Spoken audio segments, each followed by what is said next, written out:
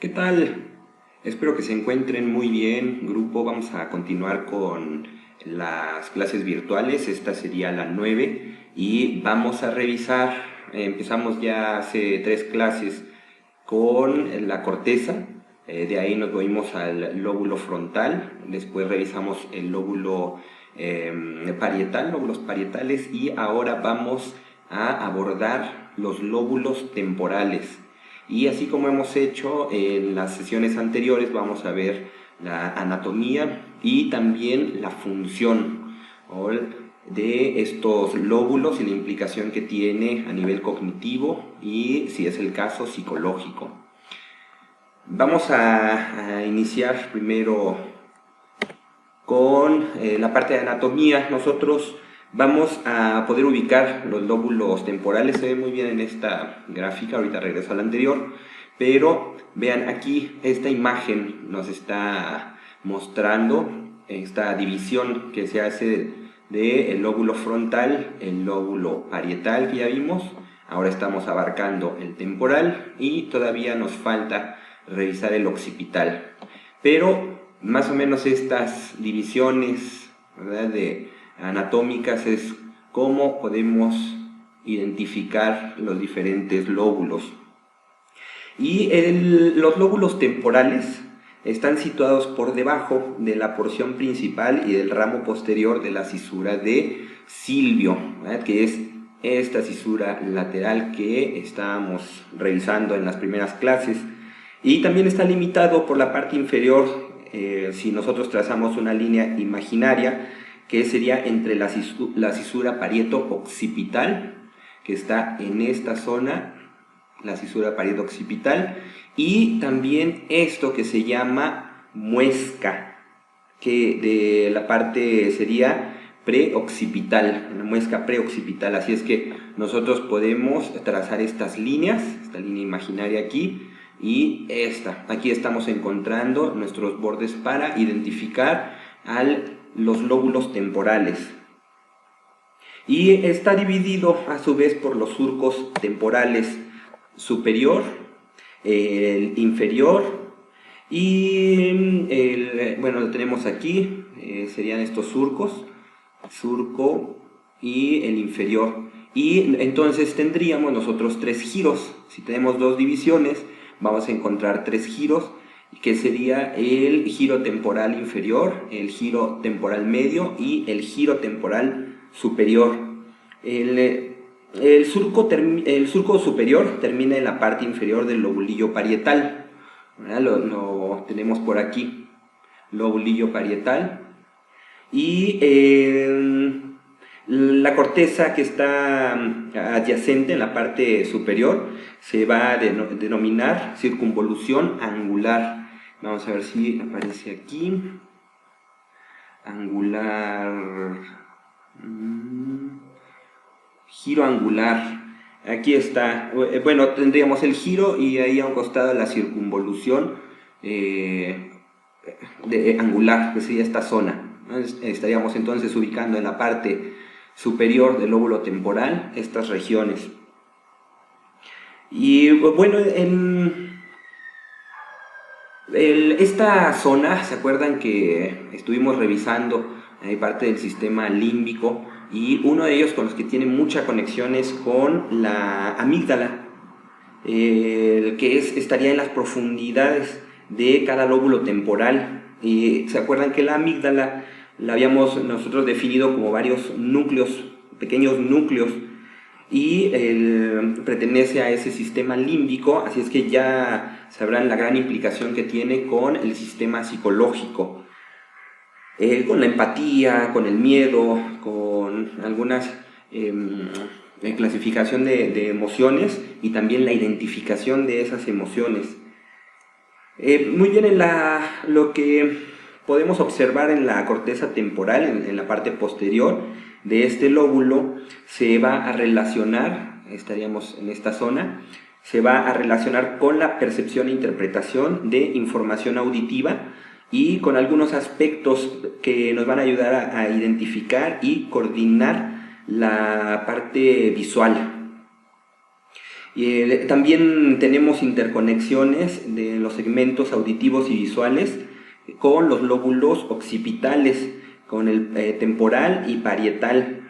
Así es que nosotros vamos a tener ya ahora, vamos a revisar una función integrada del temporo-parieto occipital, que lo traigo más adelante. Más adelante en otra imagen lo vamos a ver.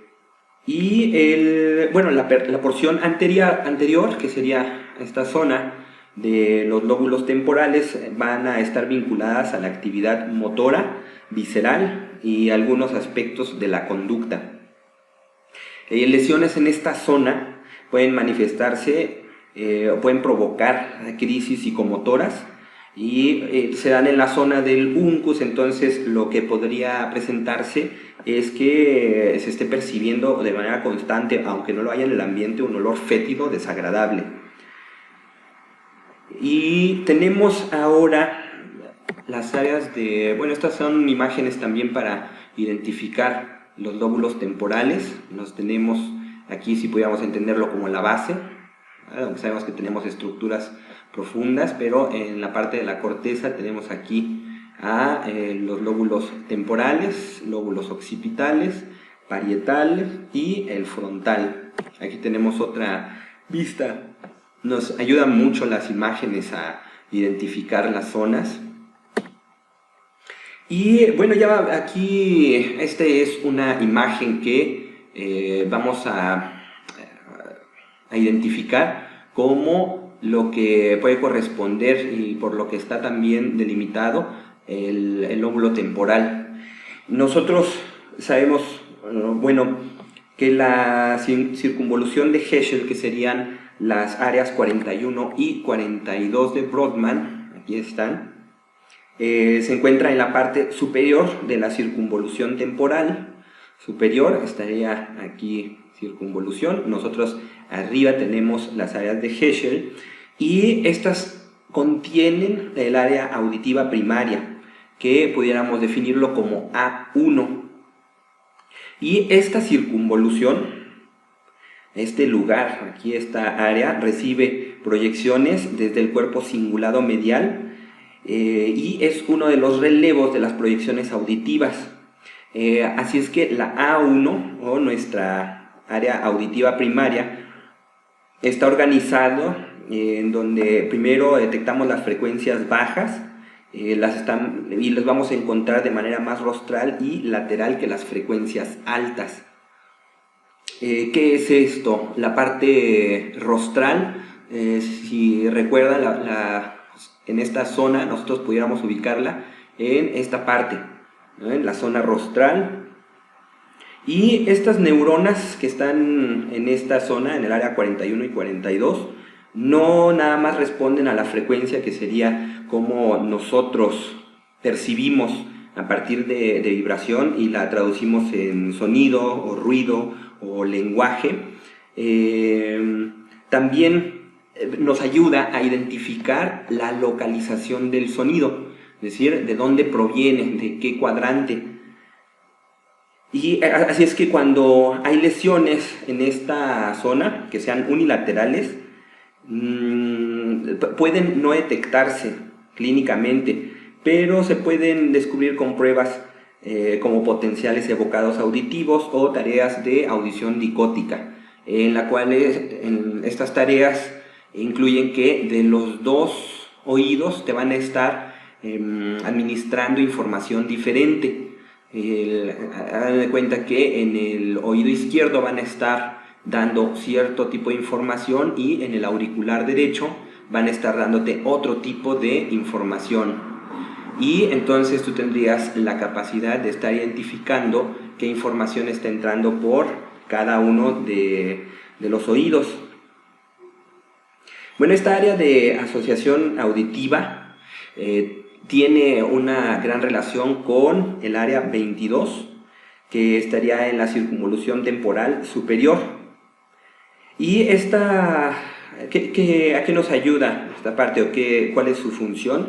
Responden a los estímulos auditivos, y esta área es importante porque nos ayuda en la discriminación de la frecuencia auditiva y de la secuencia del sonido. ¿Sí? Nos va a dar la prosodia de cuando hay el lenguaje, pero también la parte del sonido, cómo es que está llevando esa melodía, que nosotros cuando ya entremos al estudio de la fascia de Berni, esa parte se pierde, que sería la melodía cinética o una alteración en identificar el propio lenguaje. Y además del lenguaje también la prosodia, que sería ese ritmo que llevamos cuando hablamos. Todos tenemos una prosodia diferente, aunque tengamos el mismo idioma. Bueno, también participa en la retención de información auditiva, todas estas áreas, 41, 42, en unión con el área 22 de Brodmann. Se proyectan a áreas. Desde esta zona proyectan hacia las áreas de asociación heteromodal en las áreas temporo. Aquí ya vamos a ver si tengo uno. Ah, sí, aquí tenemos. Aquí está hacia las áreas de temporo parietal y prefrontal de la corteza cerebral. Así es que tenemos proyecciones desde esta zona hacia las áreas temporo-parietales, que sería hacia esta zona, y también hacia las áreas de asociación en la parte frontal, y también en estructuras paralímbicas y límbicas del lóbulo temporal. Así es que en conjunto todas estas áreas de asociación y las conexiones que tienen, entonces vamos hacia la parte parieto-occipital y hacia la parte frontal.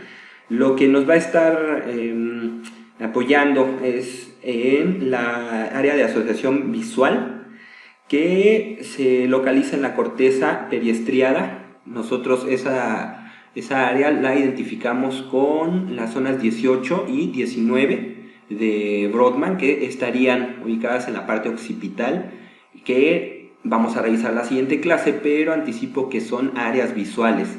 Así es que tenemos conexión hacia esas zonas, por lo tanto la función sería de asociación visual. Y también con áreas de Brodmann 20, 21 y 37. Esas áreas, vean, están en esta zona 37, y también aquí está la 20 y la 21, que pertenecerían a la zona temporal. Y bueno, cuando hay lesiones en estas áreas, puede producirse déficit para la denominación de estímulos visuales, y van a afectar algunas categorías de objetos, pero de forma selectiva. Y las áreas de asociación, ¿por qué son necesarias? Vamos a ver, áreas de asociación. Aquí, estas zonas que son áreas de asociación, vamos a ver más adelante la límbica, pero las áreas de asociación son necesarias para los procesos cognitivos, incluidos en estos el lenguaje, que es lo que vamos a ver mayormente, la función del lóbulo temporal. Pero también tiene conexiones extensas con estructuras paralímbicas y límbicas. ¿Se acuerdan el lóbulo límbico, todo lo que nos apoyaba? El hipocampo sería la parte de memoria, las amígdalas o núcleos amigdalinos, que sería para toda la parte de empatía y resolución de conflictos cuando alguno de nosotros estamos en una situación de riesgo. Tenemos conexiones con todo eso, pero es bien importante porque participan en los estados emocionales al tener conexiones con nuestra área límbica, y también está incluida la motivación. Bueno, tenemos dos áreas principales de asociación heteromodal, que son las áreas temporoparietales y las áreas prefrontales. Están en esta zona prefrontal y parietotemporales que estarían en esta zona. Y cuando hay lesión en estas áreas, ya sea aquí en la parieto temporoparietal y la prefrontal, nosotros vamos a tener trastornos neurológicos complejos que van a estar combinados con efectos cognitivos y también trastornos emocionales. Así es que es una lesión en esta parte que estaría determinada por todas las conexiones con el lóbulo temporal, nos va a traer un gran número de alteraciones en las tres esferas de nuestra vida, en la cognitiva, en la emocional y también en la física. Bueno, tenemos conexiones a nivel subcortical y también con los otros lóbulos. Por lo tanto, toda nuestra parte temporal o los lóbulos temporales no nada más va a estar determinados a una función de memoria. Como tenemos también conexión con estructuras del sistema límbico, van a participar en la expresión y en el control de las emociones, también en actividades autónomas, en actividades endócrinas y también en movimientos de tipo involuntario. Pero además de todo esto, vamos a poder recibir e interpretar información auditiva y también retención de la misma, pero esto se hace en un trabajo conjunto en la parte parietal y occipital. Así es que tenemos por eso se llama área de asociación, porque va a integrar la información y vamos a poder nosotros, en este caso, un ejemplo pudiera ser entender el lenguaje. Quien es bilingüe pues va a tener la habilidad de distinguir cuando estén hablando en un idioma o en otro. Y también nos va a ayudar a la identificación y coordinación visual superior y también la integración del espacio personal y extrapersonal, todo lo que está fuera de nosotros. Después tenemos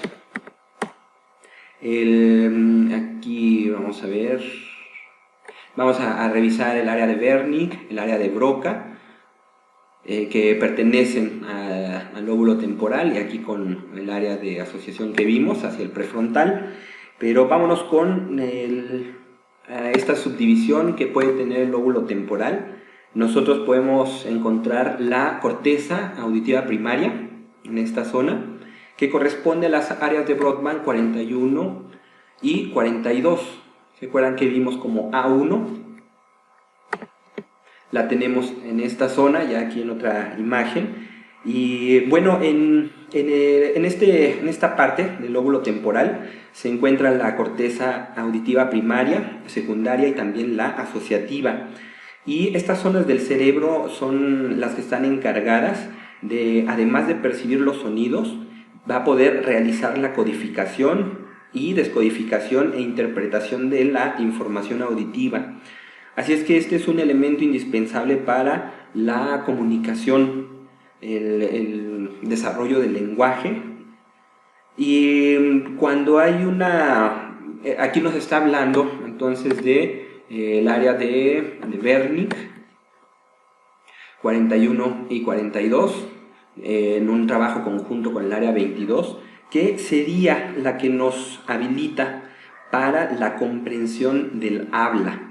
Entonces, esta zona nos va a ayudar a la comprensión del habla, y la zona de Broca, alguna vez lo tratamos en clase, en las primeras clases, nos va a dar la parte motora del lenguaje, ¿verdad? Si se lesiona esta zona 41, 42 y el trabajo con el área 22, lo que vamos a tener vamos a conservar el lenguaje hablado, aunque no estemos hablando de manera coherente, pero vamos a perder la capacidad para distinguir lo que nos están hablando, y por lo tanto lo que vamos a emitir por la boca va a ser una estructura de lenguaje completamente incoherente.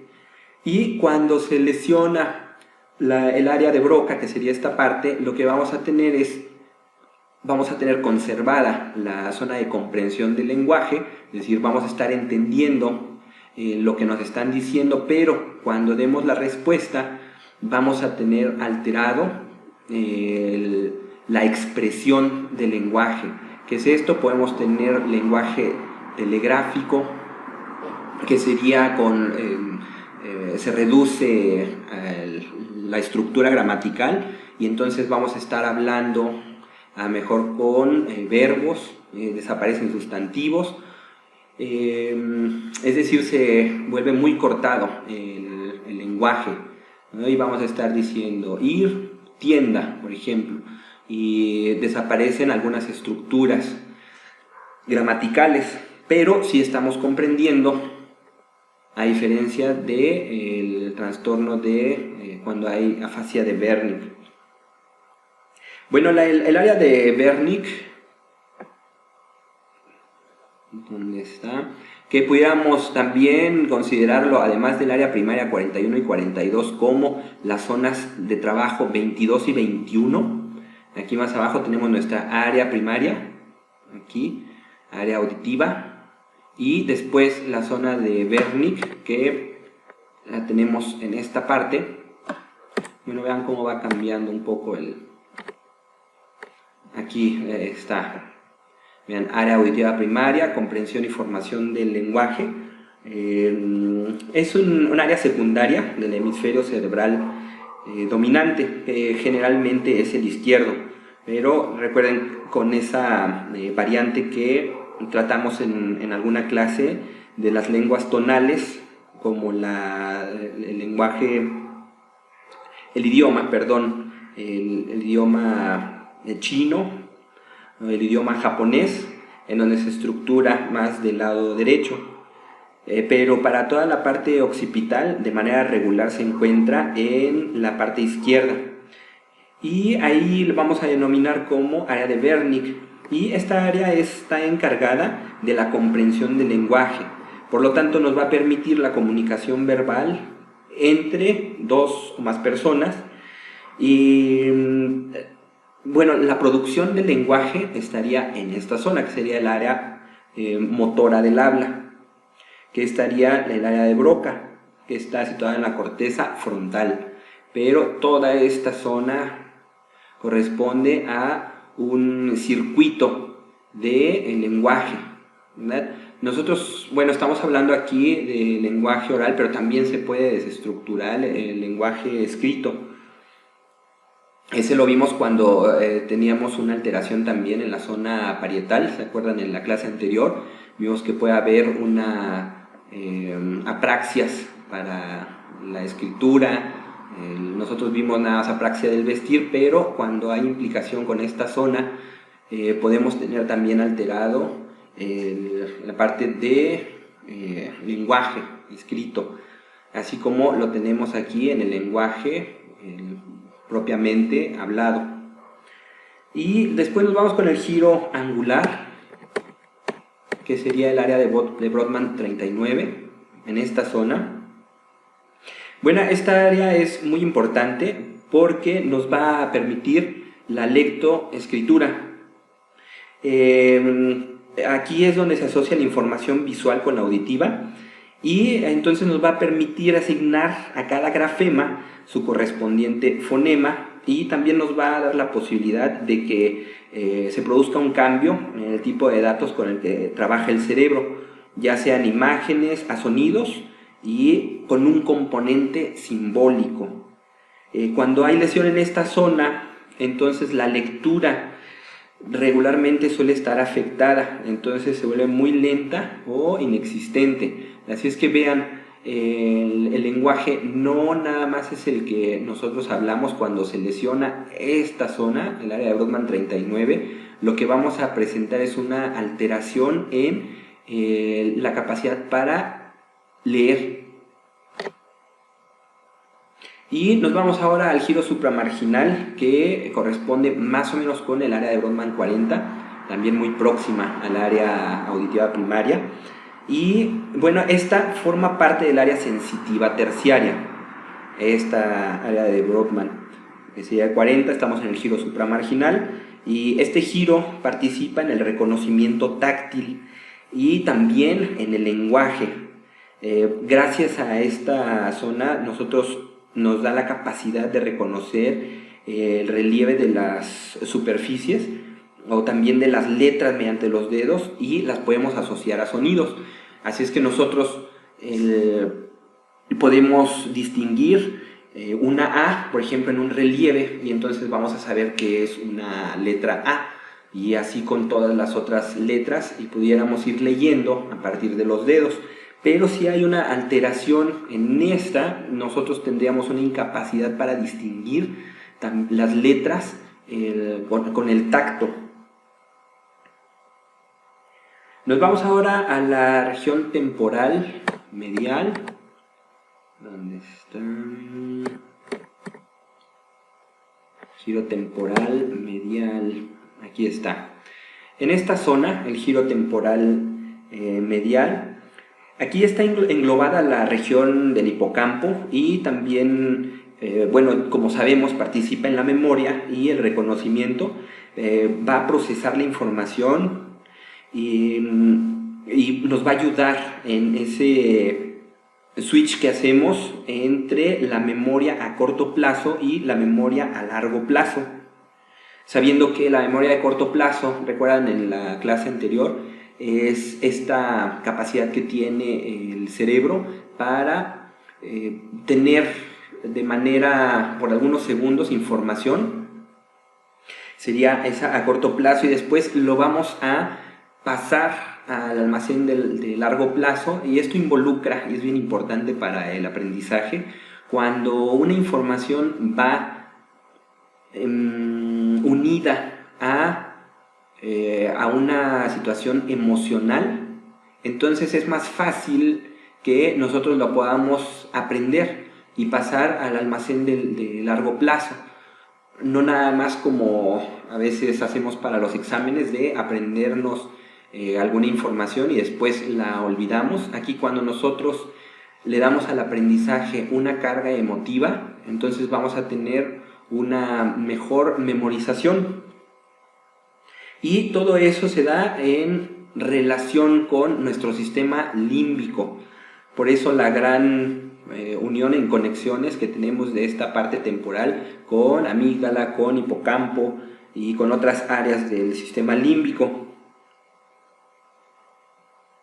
Y estábamos, bueno, si es la parte del hemisferio izquierdo, va a encargarse de la información de tipo verbal, y en la parte derecha se van a almacenar los patrones visuales. Y en esta parte temporal medial es donde van a aparecer las primeras lesiones en Alzheimer, y algunas de sus sintomatologías pues es directamente pérdida de la memoria, ¿verdad? Olvidos de nombres que son muy frecuentes, etc. Ahora, las áreas de asociación, parieto-occipital, aquí está. Vean, esta área de asociación, que es parieto-temporo-occipital, es un área de asociación que se encarga de integrar la percepción visual, auditiva y somática. ¿Qué hacemos? Al tener información o conexiones de tipo occipital, sabemos que vamos a poder integrar, recibir primero y después integrar y asociar información visual. En la parietal nosotros vimos que tenía que ver con la parte espacial, y en la parte temporal entonces nosotros pudiéramos estar integrando ya lo que vimos ahora, que sería información desde el lenguaje y también emocional. Así es que estas áreas de asociación, parieto-temporo-occipital, nos va a dar la capacidad para integrar la percepción visual, auditiva y también la del cuerpo, es decir, la somática, y muchas otras funciones de relevancia, pero tiene que ver también con una capacidad de atención al espacio.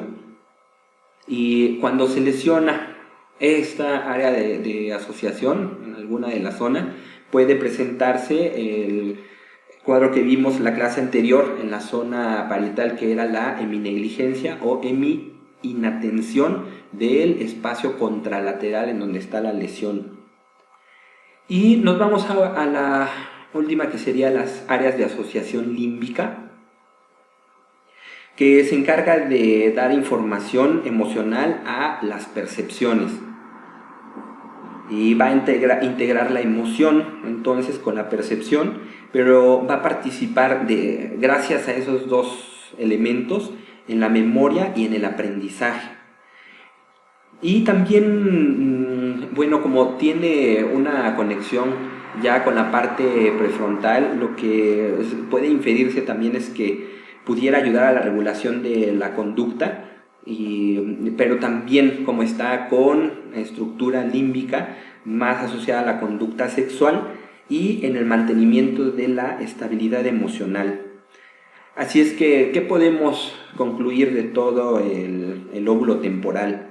Que va a ser una zona, va a ser un integrador de procesos mentales, cognitivos, que están vinculados a las emociones y que permite que todas las vivencias, todo lo que vamos recibiendo de información pueda tener o pueda significar algo en nuestra vida, y por eso entonces nosotros lo podemos guardar en nuestros almacenes. Así es que eso es lo que corresponde. Aquí está, mira, área de asociación parieto-occipital temporal. Pueden encontrarla así, parieto-occipital temporal o temporo-parieto-occipital. Las áreas de asociación límbica y áreas de asociación prefrontal. Entonces, ya cuando hablamos de áreas de asociación es porque están involucradas conexiones que nos van a ayudar a los procesos cognitivos. Y lo voy a estar retomando en las siguientes sesiones. Considero que es bastante gráfico, nos va a dar, aunque están en áreas muy grandes y no tan definidas, pero sí nos da una idea de cómo está